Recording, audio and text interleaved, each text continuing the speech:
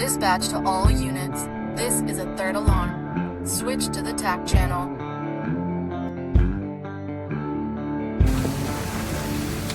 You got water. Ladies and gentlemen, welcome to the TAC channel. I'm your host, Heath Meredith. This is the Third Alarm Cowboys podcast. This is a podcast for firefighters. We talk about real life situations, stuff in your station like leadership and promotions, and stuff in your personal life like relationships and finances. You name it, we talk about it. Some things may be a little controversial, but that's real life, and that's what we're going to talk about on this show. Man, what's going on, guys? It's good to be back on here. It's Monday here. I'm getting ready to go to work. Man, we've been blowing and going, getting ready to go to our first conference this month, which is going to be down in South Mississippi with the Coastal Magnolia Fools, their first annual fire training summit. It's going to be badass. We got Mike Goldstein coming out with the Can Report. He's going to be doing his lecture down there, and I'm really excited about it. These guys are bringing us out. We're going to have a booth. We're going to have our cigars with a big social night on Friday night. So if you're anywhere in the area and you want to come check it out on the bay, we're going to be down there at the Hollywood Casino and set up, and it's really going to be a great time. These guys are doing hands-on. They got a couple of days of lectures. It's going to be a really great training conference for going on down here in the South. And then also, guys, at the end of this month, we have Smoky Mountain Weekend. Be there Friday. Will be the vendor expo. We'll be set up. We'll have our big booth. We're bringing out a ton of stuff this year because last year we sold out so fast. So I'm excited about coming back. There's a lot of guys I know that are, of our founding outlaws and stuff that are actually coming in, making a family trip of this weekend. A couple guys got RV spots in different areas of the mountains, and a couple guys got some cabins rented, bringing their families and going to check out Gatlinburg. Come hit up one of our classes. It's the TAC channel, the decision making on the fireground class, guys. I'll be doing that all day on Saturday. I've got a couple different sessions going on there.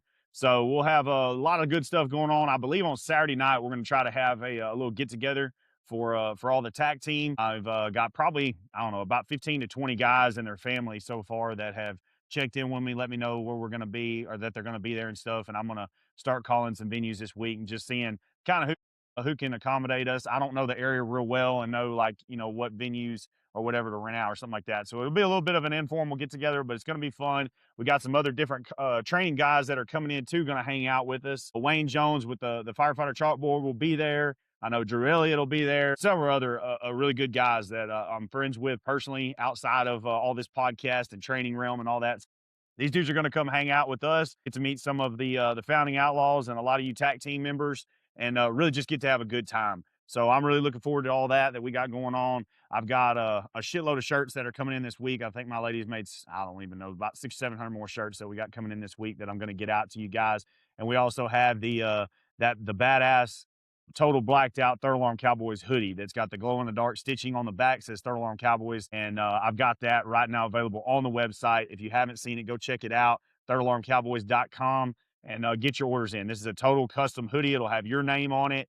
We're going to do whatever, if you want your state's flag, because the ones I had, naturally, they got the Texas flag on the arm. So if you want your state's flag or just the American flag, but they're badass. I'm really enjoying wearing them. I think it's going to set us out, especially on the fire ground when we're doing a lot of training and stuff. You'll see us in the burn building and everything. Our hoodies will be glowing. So pretty cool setup and everything we got going on. Guys, I need every single one of you right now to go to YouTube and go subscribe and follow our channel on YouTube, Third Alarm Cowboys podcast on YouTube. I'm trying to get the membership or subscriptions and all that mess up on that. There's about, 70-something thousand y'all that listen on audio. So if y'all could go, even if you want to continue listening on audio, I totally get that. A lot of times I listen to just either audio books or audio podcasts by themselves on either Spotify or on Apple. So there's a ton of you guys that listen only. That's fine. But please go subscribe to the YouTube channel. That way you can get the reels and stuff that we drop specifically only on YouTube. You can actually get to see those and help us spread the word and build our YouTube platform.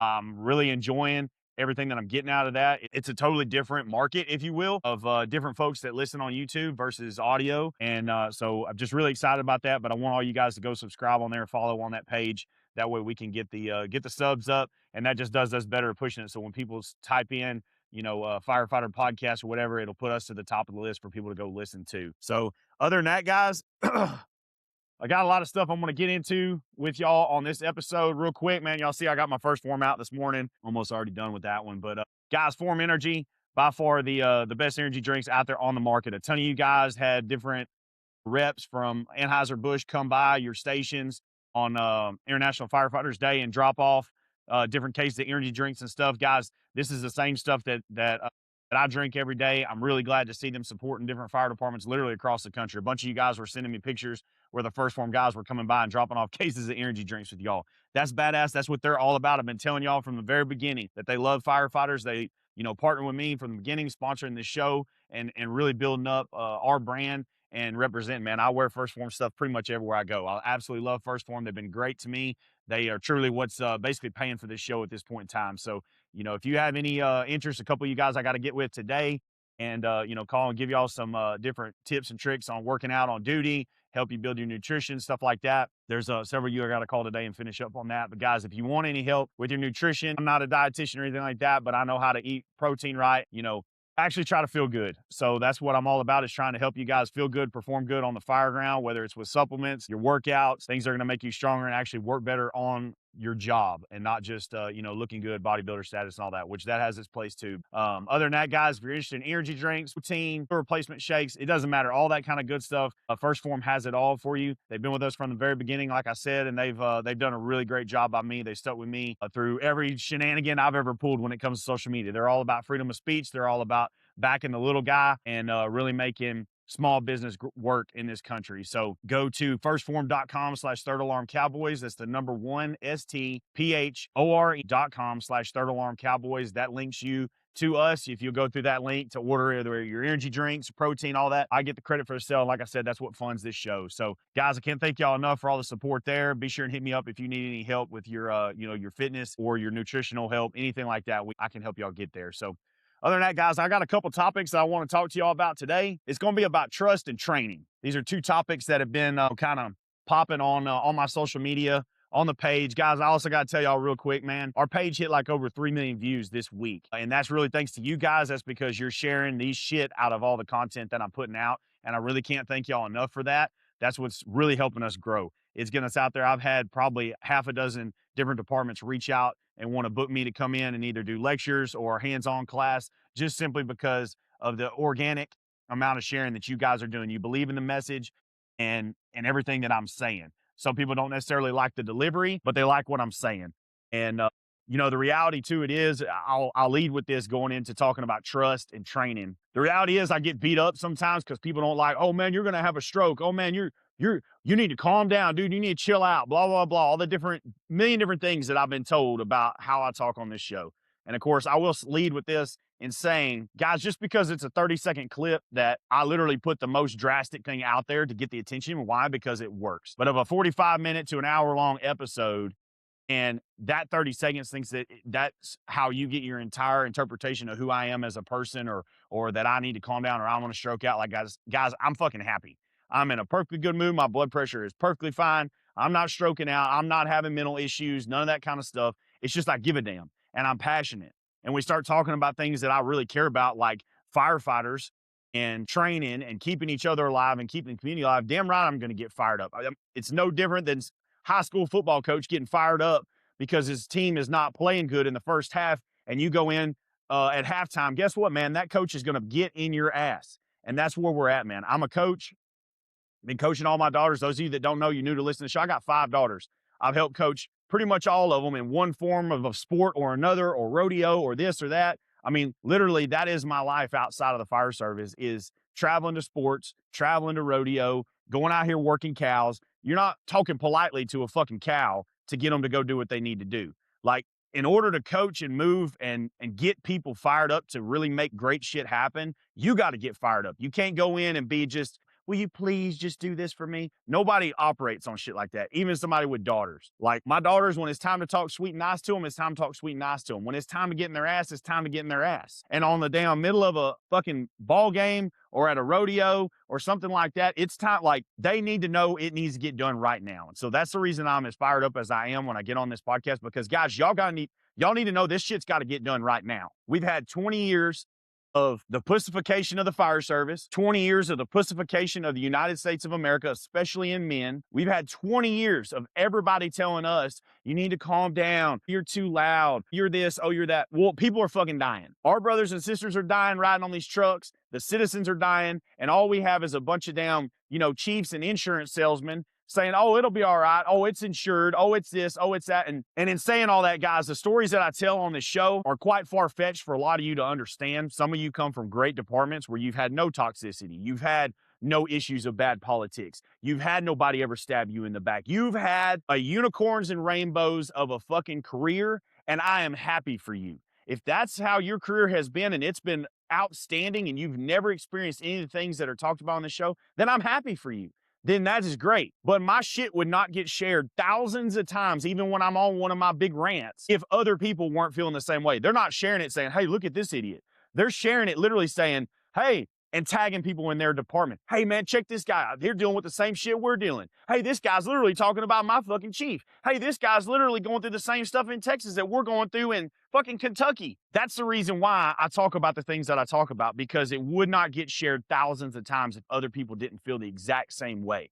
So if you're one of these people that have never had to experience it, then great for you. But that's not the case everywhere else. Guys are hungry. Guys want to get better. Guys are getting beat up at their departments by shitty chiefs, shitty captains, shitty everything, shitty crew members. And so they're wanting better. They want to get better. They want to be able to feel like, hey, this my department is not the only place, and this is how we can fix it. So that's what we're doing. We're fixing departments by getting to one person at a time and making one person at a time better, who then trains the guy beside them, works with them with their crew. Hey, man, I literally just got a message this week.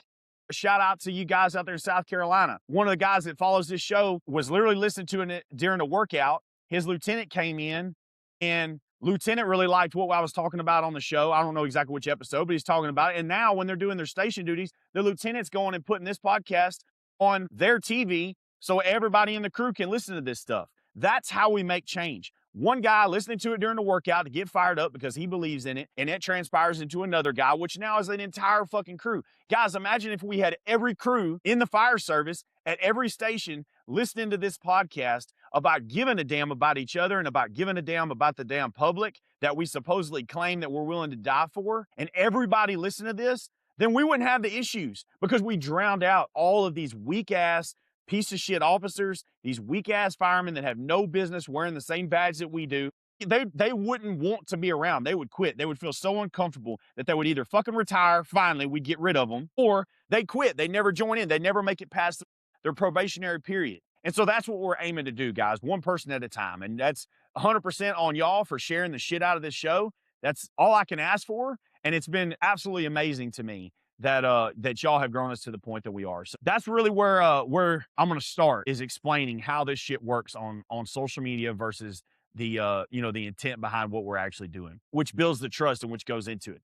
Guys, when we start talking about trust in the fire department, this dawned on me the other day. I was actually driving through my district in Houston. And for those of you that know or don't know or whatever, I actually live about 2.5, 3 hours north of Houston, up in the country. And so I don't live in my district. There's a lot of guys I know that y'all commute to work. I mean, a shitload of the guys that I work with, they're all commuting and driving, 30, 45 minutes into district. They don't actually live in our district of our department. And that's fine. I'm not saying that's an issue. But so here's the subject where I was thinking about driving through, and I'm like, man, say I was to have a wreck right now. I'm off duty, driving through, got my entire family loaded up in the car. Would I be comfortable with all the crews? I know if I wreck out on this street and this street, this corner and this corner, then what truck is going to respond to my wreck? And it got me to thinking, I'm like, yeah, the crews that are on duty today, yeah, absolutely. I'd be cool with any of them cutting my kids out of the car, cutting me out of the car, like 100%. It would be fine. But then it got me thinking about all the times throughout my career whenever, be not okay with certain crews, that I literally would have fear of my family driving through the district, something happening, and that crew responded. And that even goes to the EMS side. I'll say this, and every single one of you can hate me for even saying this, but absolutely, without a shadow of a doubt, it's true. There is medics that are riding on trucks that you're like, hell yeah, I want that medic working on my kid. Hell yeah, I want that medic working on my mom. But then there's medics out there that work amongst us, and you're like, fuck, I don't want them touching me with freaking nothing. I don't even want to be in the same box as them. They suck at their job. They don't know what they're doing. They're lazy as shit. All that. Like, you all know that we have those people that work amongst our ranks. So that's where some of that trust kind of starts building into play, and why I find it so interesting that we allow those people to even continue to have a job. Now, I can't say this about where I work, because our fire and EMS services are completely two different entities. So, you may see the same medic on every call because they're actually running in your area. And then there's other times you may not ever see, you may make every call for the day is with a completely different med crew. So there's totally different dynamics on that. You deal with some areas, y'all are dealing with private services, whether it's AMR, Acadian, anything like that. You don't have any control over that. But just say that you work at a fire-based EMS, like I have a majority of my career. Most of the places I've worked, we ran our own EMS as well. So, those guys are your crew members. They're in your district. You're running an ambulance and a fire truck out of your station, and those are your people. So would you be comfortable with that crew, whether it's the fire crew or the EMS crew, working on any one of your family members if one of them was driving and happened to get into a wreck? Would you feel comfortable with that? Or would you be like, oh shit, I hope such and such is off today. I hope they're not on today. Because there's times when I tell you all day long, like that was my sentiment with it. And it really got me thinking, why have we allowed that to even become a thing? Why is that even a part of the conversation? Because wholeheartedly, man, it really shouldn't be part of the conversation at all whatsoever. That should not be an issue where we have crew members at our own departments that we don't trust. Fire chiefs out there, guys, you even know.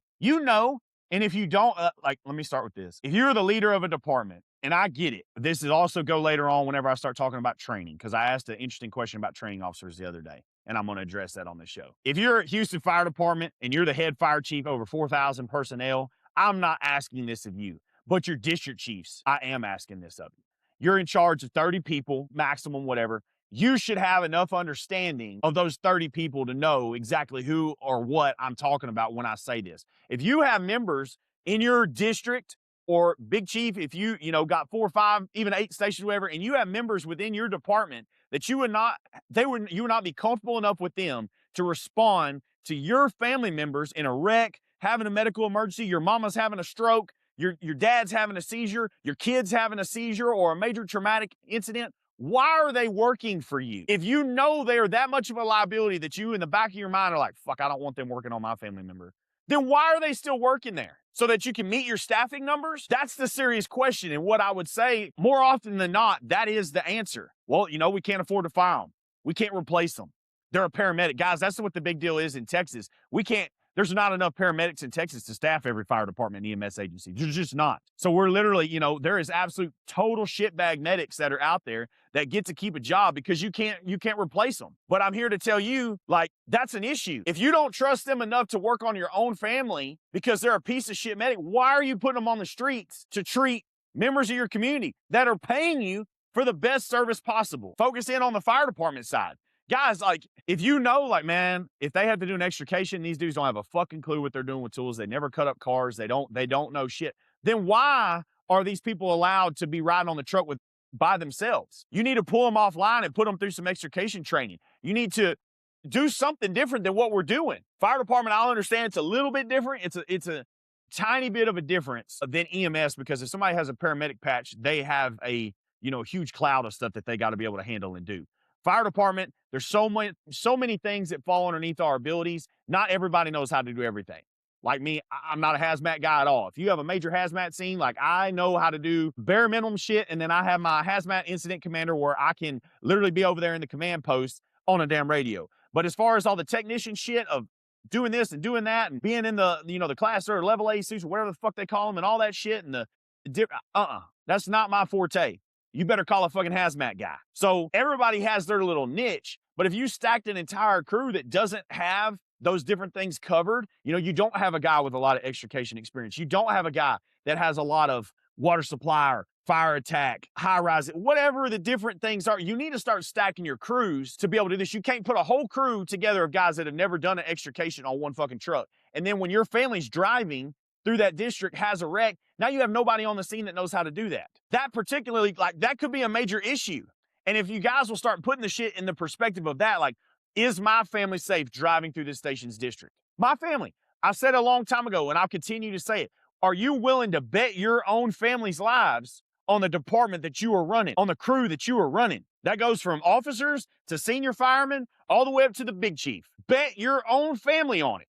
And see, I think that that's a big, big issue when it comes to the trust of the fire department. You guys simply aren't. Fire chiefs, I don't know of one I could think of off the top of my head in my area of Houston that actually lives in the district. They might live close, but actually lives in the district. And I could be wrong. There's some that might. But I would say the overwhelming majority do not live in the district in which they're the fire chief of. And I've heard a lot of different arguments on that. Yeah, they should live in the district, blah, blah, blah. I'm kind of impartial to it because I tell you all day long, you could offer me a $200,000 a year fire chief job today, and I'm not moving from deep East Texas and my family place to go live down there in the side of the city limits of Houston. Not going to do it. So I'm kind of a skewed view on that. However, I would say if you wanted to make that a requirement where guys have to bet their own family, they got to live in the district, that might be a pretty good requirement to have. Now, there's other dynamics of that. Like I'll also say, and my catman and I have talked about this a lot of times, he has young children that are well established in a really good school system in Texas. He would not uproot his kids from that good school system to send them to Houston ISD. Totally understand. It's a shithole school district. It just, they fail every year at the state standards of education. They're constantly on educational probation and being schools taken over by TEA, which is a Texas Education Agency, and all these different things. It is a shit school system that does not put out a lot of, bottom line, a lot of well-educated students. So I understand that argument, and I completely agree with that on the sense that I've got kids too, and I'm not uprooting them from the schools they've been at literally in their entire life just for me to be selfish to go be a chief. So I understand that argument too. But a lot of the chiefs that I'm referring to, they're living up there in their big fancy lake house or their wannabe ranch home, and they're driving an hour, hour and 15 to go into the city limits of Houston to go be a chief. They don't have kids in the school system. Most of them are older. You've all heard me bitch about that. They're all old, greedy bastards that are making a shitload of money, but they won't retire because their numbers aren't good. But they tell firemen making $70,000 a year that we're living beyond our means. So that's a whole other topic of conversation that I've covered a million times. But I would say that when you're racking up, like I know of an old chief was racking up 60 to 70,000 miles a year commuting in his flight car because he lived an hour and a half, hour and 15 one way from his house to the department administration, was driving it every day. And the ESD board was just impartial to it. Okay, whatever. So he gets a new flight car. We spend, $50,000 to $100,000 on a new flight car every year and year and a half, whatever, because this guy's racking up miles because he wants to live in his big fancy home and completely disconnected with the community in which he supposedly is looking over the safety for, And then you have other chiefs out here like Chief Mo Davis. He has his family ranch that's been his family for a long time, but his actual family and stuff lives in the city limits of Houston. And so he has a vested interest in how Houston firefighters perform because they could very well be running on any one of his family members at any time. And so when you start betting your own family's safety on it, it creates a whole new level of trust that you have to have with the guys amongst your agency, within your department. And, then I've seen even the other dynamic of that. I've seen chiefs that did live in district that still didn't care, cut the throats of their guys, didn't let training happen, cut down staffing, just a multitude of other things that have happened, and just completely forget about the fact, hey, your wife and your kids and your mom and your dad all live within the response area of the department that you're cutting its own throat. And they're betting their own family to die, all because they want money or they want the clout or they want whatever it is. They're willing to sacrifice the health and safety of their own family. And that's to my point, guys, I'll tell you, I think that's the next level of evil. Whenever you're that greedy and you want power money that bad that the safety of your own family doesn't even matter anymore, that's an entirely different topic that I'm not even going to really touch on this. Just know that I don't agree with that. So let's talk more on the trust and training. Guys, the trust and training really go hand in hand, okay? We all know, it's been told by every guru out there in the world that, you build a trust and a brotherhood through the hard times, whether it's working out together, building fitness together, working, doing trainings together, or running bad calls together and busting your ass on a fire or busting your ass on a, bad medical call, whatever it is. Trauma and training are the two biggest things that bring guys together in this industry. It's just the truth of it. And then you can trust that guy because you know that they push it to the absolute limit and beyond in this training. They push it to the limit and beyond on the fire ground or at the emergency situation to take care of you and to take care of the community. So when you see that type of behavior out of somebody, it automatically starts creating a trust. And you don't have to like everything about them personally. You don't have to agree with everything they do socially or outside of work or the same type of music. Whatever it is, you don't have to agree with everything that person lives for, but on the damn fire ground, they're going to have your back because they proved it to you in the training. They didn't give up when times got hard. They didn't, fall out and have to go to the damn ambulance because they got a little bit hot. All these different things are proven through training, which establishes the trust that so many of us desperately need within our departments because it's just not there. I asked the question earlier this week, or actually last week now because it's the beginning of a new week, about does your training officer train with you on the fire ground? And I got a ton of responses out of this. I mean, the list goes on and on. A lot of people actually said yes, which I'm genuinely happy for. the amount of people that I saw that said, yes, they're training lieutenants, training captains, whatever, training officers, did get out there and do training with them, taught the classes, took part in the classes. If they were doing hosting live burns or anything like that, the training officer was there doing that. Guys, that's outstanding. That is 100% outstanding and should be the true standard. Should be the true standard. You know, and then I had some other comments, and they're not like they were bad or anything. They just explained the dynamic, and I totally agree with them. Like Frank Viscuso from Step Up and Lead commented on there. He worked at a very large agency. The chief of training did not have the ability to get out there and conduct ladder trainings or pulling crosslays or whatever with every crew. Totally agree with that. I'm not saying that that's what I'm demanding. I was asking a simple question. And like, here's the deal. You know, Houston Fire Department, by far probably one of the best academies and regional training centers in the world. They have a true training cadre that works. They have a cadet cadre that trains just Houston new hires. Then they have a regional cadre that all the different departments from all around the world. I've seen departments from Japan come in to train there and are trained by that regional cadre. So there's different forms to this. I would say, no, the assistant chief of Houston Fire Department is not getting out there putting his gear on every single day doing the training. He's doing a lot of administrative stuff to be able to run something that large. And I totally get that. That's not what I'm arguing. But however, it's say you do have lower level positions, like a lot of the departments that I know of have, you know, yeah, it's assistant chief of training, but then they have a shift training captain or a shift training lieutenant or a district training lieutenant or whatever, and it's delegated down into its own chain of command of training. And you guys actually responded and told me a lot of you people, training officers in particular, are just assigning CE solutions or whatever, all the online target solutions, all that kind of bullshit.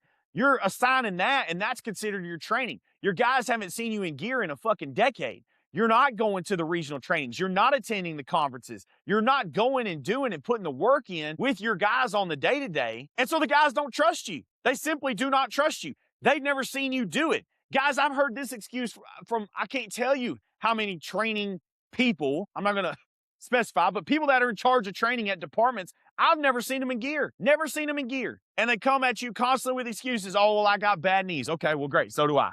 Got bad knees, bad shoulders, bad elbow. I pop and crackle like fucking popcorn every damn day. It's the life that I've chosen to live between the oil field and between ranching life and now being a firefighter for as long as I have. Guys, this next month rolls 17 years for me in this industry, working all across the place, everywhere. Multiple full-time jobs at the same time for nearly a decade, working 2 full-time jobs at the same time. You double that up on station lifetime, that actually equals 20 years, even though I can't claim it. Just right there in that. Not counting the other time that, you know, I work 1 full-time like right now where I still have a part-time, but I'm not there very much. So yeah, all of us have done it. I don't want to hear your excuses. You still have gear issued to you, therefore you need to be putting it on. And I've heard that excuse constantly, guys. Well, I'm tired. I'm this. Then get out, because you cannot be in charge of training and supposedly teaching these guys the ropes and you're not doing it. That's completely unacceptable behavior. I'm sorry.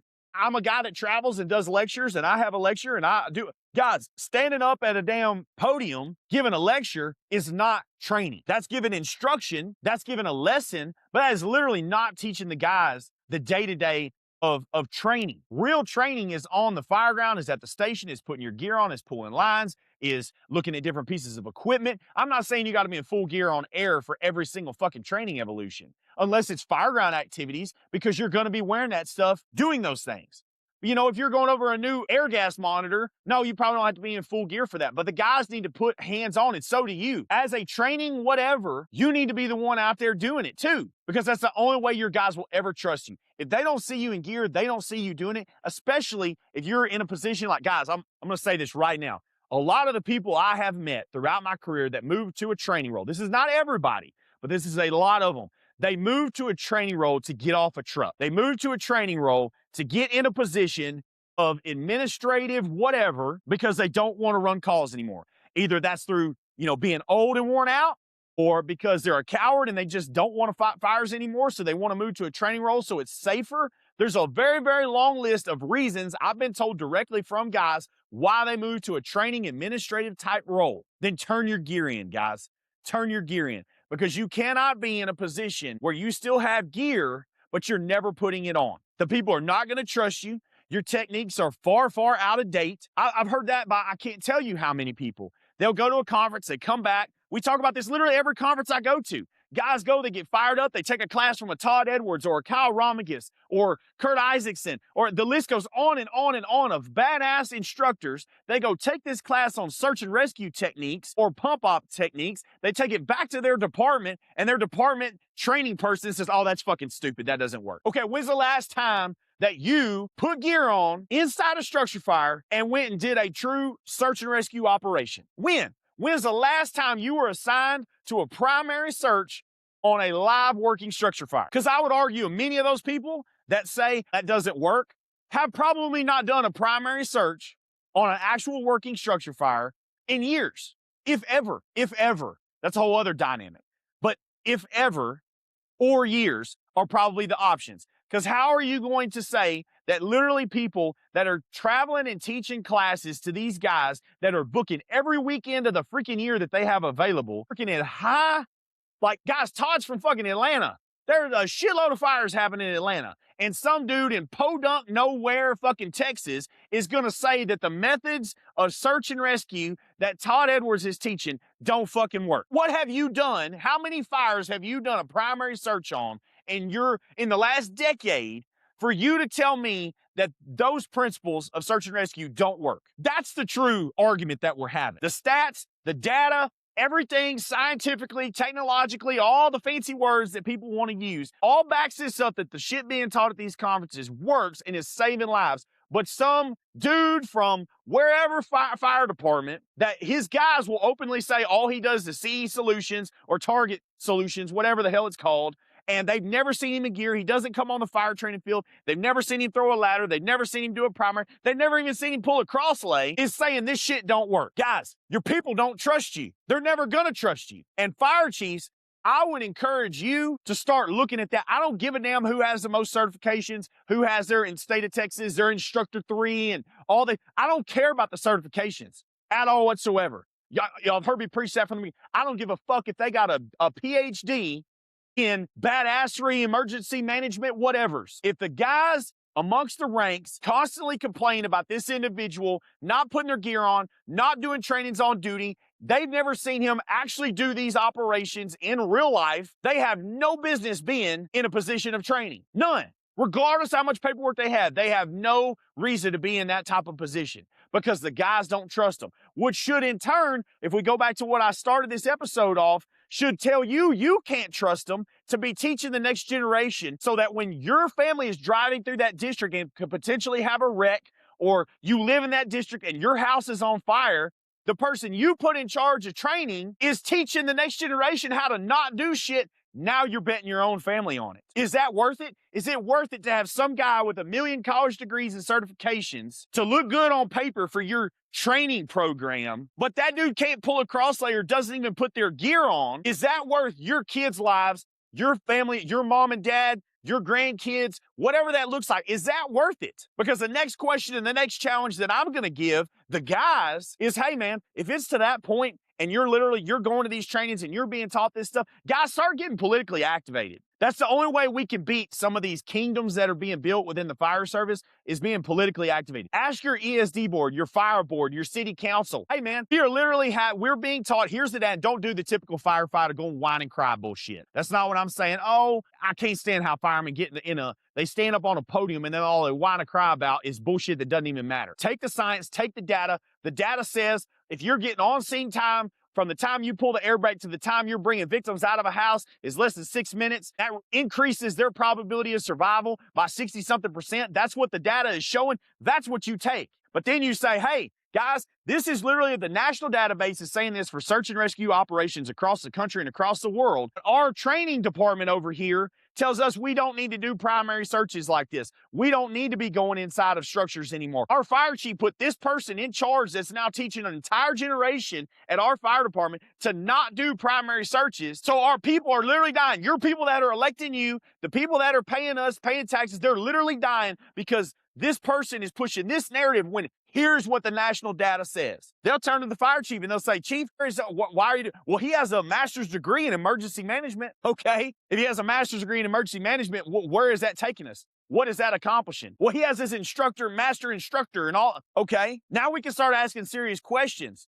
Well, is the training program that this master instructor, whatever instructor 3 putting out, is it effective? Let's start running some drills. Let's see if are our guys within our department hitting that 6-minute mark. Are our guys within our department capable of even getting on scene without wrecking some shit or tearing some shit up or putting a line on the ground and pumping it right? All the million other things that we can start doing, which shameless plug here, I've actually built an entire program we launched about a month ago called the TAC Performance Audit, where we're actually going to departments, and part of our training program is doing this. We're actually going in and doing a training audit of your departments to combat ISO, where ISO just says how many stations can you build, how much shit can you buy, and how many people can you put on the streets. There is no performance metric to it besides the water study that says, well, I can get this amount of GPMs, which, hey, and I'm going to rat on everybody because I think it's bullshit, but I also know all the different departments out there that have ISO ratings and stuff, and they're actually not even using their own personnel to get those water studies completed. They're bringing in other outside people,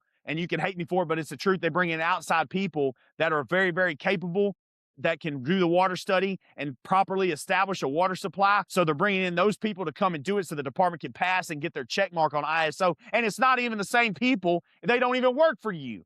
It's cheating the system. So what I've decided to do is combat that, and I built an entire program. You can contact me, thirdAlarmCowboys@gmail.com, fire chiefs, city councils, ESD boards, fire boards. If you want to know how your department is actually performing, you bring us in. We're a consulting firm. I got all my license and all that kind of bullshit, insured, blah, blah, blah, to be able to come into your department and audit your guys. That's where we start. That's where we start. If we do an audit, performance assessment of your guys, and they can't hit these different markers that are the national standard. This is not Heath making up shit. This is not the Third Alarm Cowboys trying to be badasses. This is literally nationally standardized numbers that says you should pull a line in this amount of time. You should be able to establish a water supply in this amount of time. You should be able to do a search and rescue in this amount of time. If your department can't do those things, then you are failing, regardless of what your ISO rating is, regardless of if you got masters and PhDs and multiple. It doesn't matter. It doesn't fucking matter. Your performance is not there. Therefore, there's no trust for your department. And there should be no trust until your performance can be there. Because all the paperwork in the world does not matter if the performance can't hit the national standards. The national standards are there, guys. This is not me making shit up. The national standards are there because those times have proven to save the most lives. Those times have proven that it's the most effective recoveries, it's the most effective rescues, whatever. It's no different than ACLS on the paramedic side. For EMS, we know all the different things. We know the 3-hour rule for strokes. We know, golden hour. We know this. We know all the national times when it comes to healthcare on how long you can actually get somebody with a full recovery and no deficits from a stroke. We know how quick we need to get them to the cath lab. We know how quick we get a tourniquet put on and get them to surgery where they can fix it, where they don't lose that limb. Like, we know all those national standards for time when it comes to medical treatment, but when it comes to national standards for time for the fire service, don't matter. Doesn't matter. Oh, we tried. That's where I get pissed off. That's where I get fired up. And you guys think I'm going to have a fucking stroke. Is because EMS, we got it down pat on what works and what doesn't. But on the fire service side, we just basically get to fuck off. And that's just the truth. We can show that we're training. Oh, we log our little bullshit in Firehouse or ESO. One hour physical training a day, 1 hour of air pack training a day. And we can log all that stuff and turn it in, but it doesn't amount to anything. Y'all know that I'm not full of shit. That's exactly what you got. Man, there is departments out there. I will tell you all night long, you have captains that are turning in logs saying that they did an hour of air pack training a day, and they have not worn an air pack for an hour probably in the last 15 years. They just are able to pencil whip it and put it in their daily training log to meet policy and compliance for the department, to keep the chief off their back, to keep whatever governing body over them off their back, all those different things. That's literally all it is. But then those are the same people that will want to try and get a training position so that they'll no longer have the danger and want to have to run calls or be up at night. They want the take-home car. They want the chief position.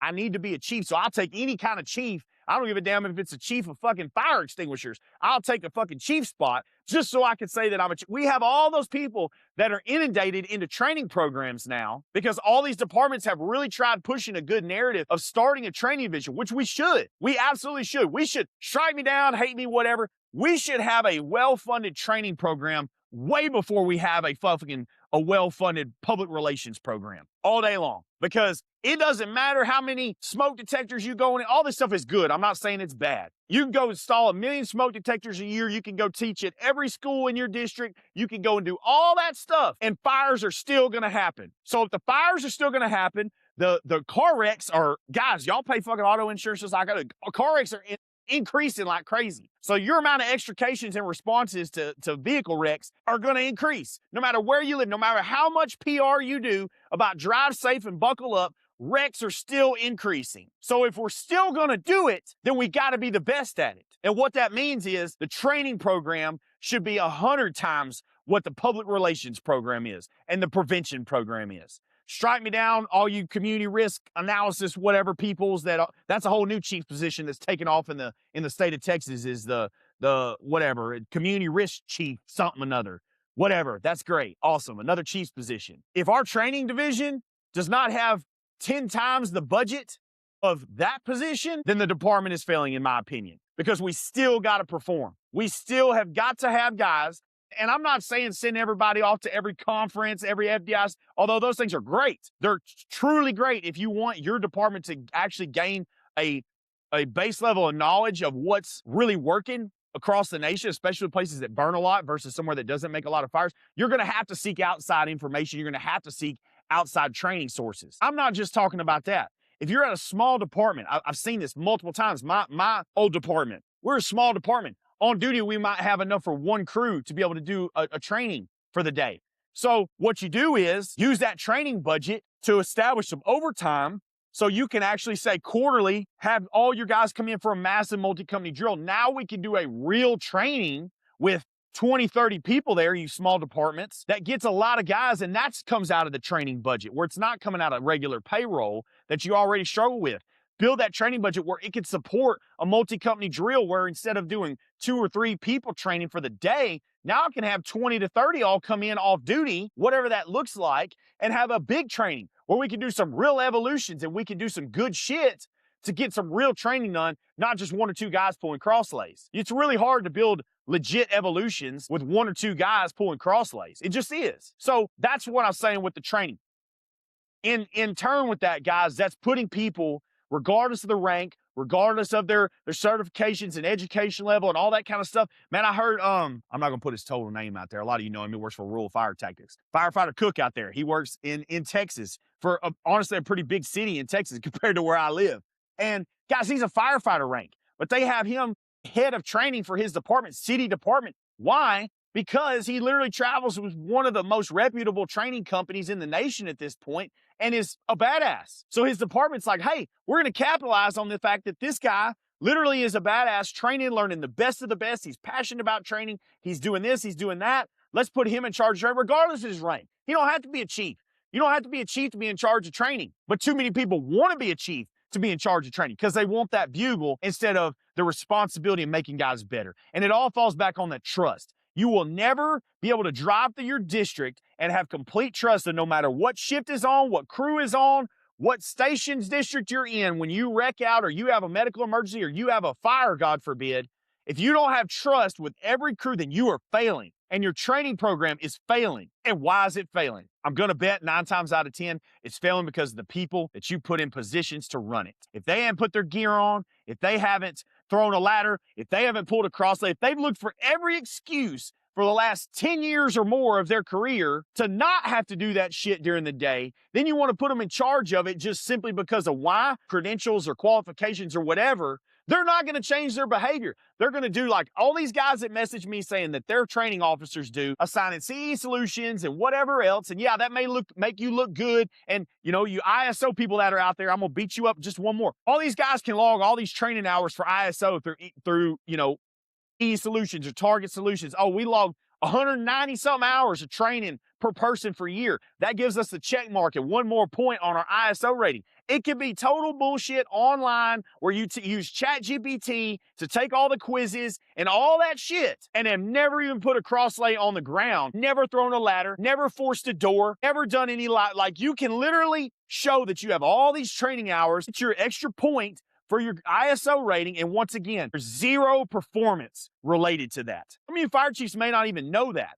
that that's the case. I literally recently talked with the administration. They had no idea in the state of Texas, you can actually literally become a driver operator in the state of Texas, get that certification through the Texas Commission on Fire Protection, and possibly have never even driven a fire truck, much less driven a fire truck to an emergency, running emergency traffic, dealing with all the hazards and chaos of doing that. They did not even know that. They did not know that was possible. So I believe there is a lot of ignorance with some of these administrations, not understanding the dynamic. They just are being told and fed a bunch of information, so they're going along with it because it sounds good. Yeah, you're a Texas certified driver operator. That would only make sense. But the systems have failed because the systems are being ran by people that are not operationally focused. They're focused on check marks and trying to get kudos through accreditations of whatever, and it doesn't fall back on the performance. And what I'm saying is the performance is what matters because it's the only way that you can truly trust when you're like me and you're driving through your district, visiting per se, or going, when I'm driving from the beach, going home, I go through my district. So anything bad can happen. And I want the guys that are responding to my worst day of my wreck with my kids in it. That's my worst day. I want them to be the best. And how can anybody argue that point? You should want that. If you live in the district in which you serve, guys, it's the people that are riding on the truck with you that are going to respond to your house. I have the flaw. At this point in time, I would consider it a flaw because I get beat up on it so bad because people think I'm radical and crazy.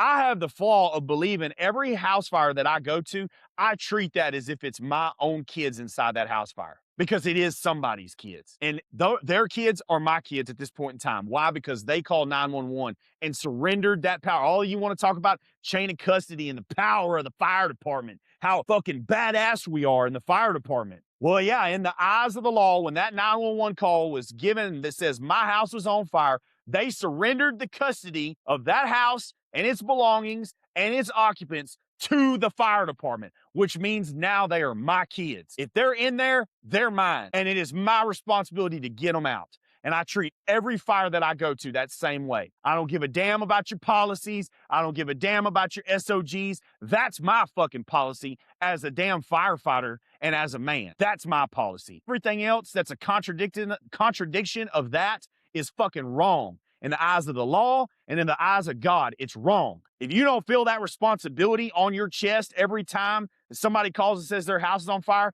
this is the wrong business for you. Percent. And I don't care how long you've been in it. I don't care how many bugles you got on your chest. I don't care how many degrees you have. Nothing changes that absolute fact. Those mamas and those daddies are surrendering the custody of their children to you to protect as a firefighter. They're your kids. Treat them like your kids. That's how you have the trust of the community, is living and breathing that shit. Not all the ISOs and all the paperwork bullshit that's out there in today's fire service right now. That's what we have to do to get better. That's what we have to do to make our training programs effective on the fire ground. And that's ultimately what we have to do to have 100% trust of our community for us. That's it. Nothing else matters, guys. Nothing else matters. Guys, that's all I have for y'all today. I got a interview I'm going on later on another podcast that'll be dropping. I'm being a guest on somebody else's show, so I'm pretty excited about that. 100%, guys, get your shit together and act this way. Carry yourself this way. This is what the TAC team is all about. This is what the Third Alarm Cowboys are all about. Guys, if you are interested, fire chiefs, if you're interested in having us come out there, let's spot check you guys. You want to know how effective your training program is? I'll come out and do the spot check. Shoot me an email, thirdalarmcowboys@gmail.com. Let's arrange it. Let's do it. It's a full system. I'm going to give you all the paperwork that you need to even carry it on after I'm gone. After we do what we need to do, we'll build the program out. And I will literally, if you need a good training program, I will be the training program. My guys and I will be the training program to establish the standard for your department if you don't know where to go. There's a lot of people I believe out there that they just don't know where to go. They don't know where to begin. They don't really know. A lot of fast-growing departments, the department's growing something they can't keep up. And there's nothing wrong with that. It's just sometimes you got to know you're in over your head. You're trying to survive the day-to-day, to buy trucks, to keep trucks on the road, to pay for diesel, to figure out this insurance, to update EMS protocols. What do I do when it comes to this fire stuff? That's what guys like me are here for. Reach out to me, contact me. Let's make this shit happen, man. Let's make this shit happen and make sure that that trust that your community has with the fire department never gets broken, never gets betrayed, and that the trust you can have for your guys to respond if it's your family never gets broken, because that's something you can never get back, guys. If you lose your kid, if you lose your wife, your husband, your parents, your grandkids in your own district, guys. That's a level of betrayal of trust that could never be fixed. So let's avoid that before we get to that. All right, go to thirdAlarmCowboys.com. Y'all be sure and subscribe on YouTube. Y'all keep sharing this. The organic growth of this show is outstanding, and I cannot thank y'all enough for that. Let's continue to grow it. Let's continue to get out there. I'm going to see y'all on the road, guys. We'll see you on the next one.